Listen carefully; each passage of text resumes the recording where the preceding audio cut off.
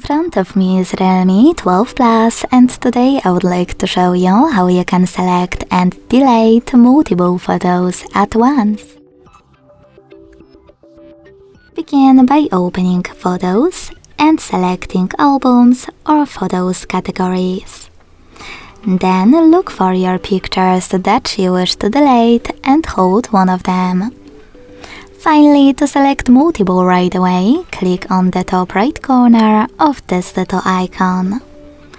To exclude some of your pictures that you wish to keep, click on the chosen ones, and to delete the rest, use this pin at the bottom.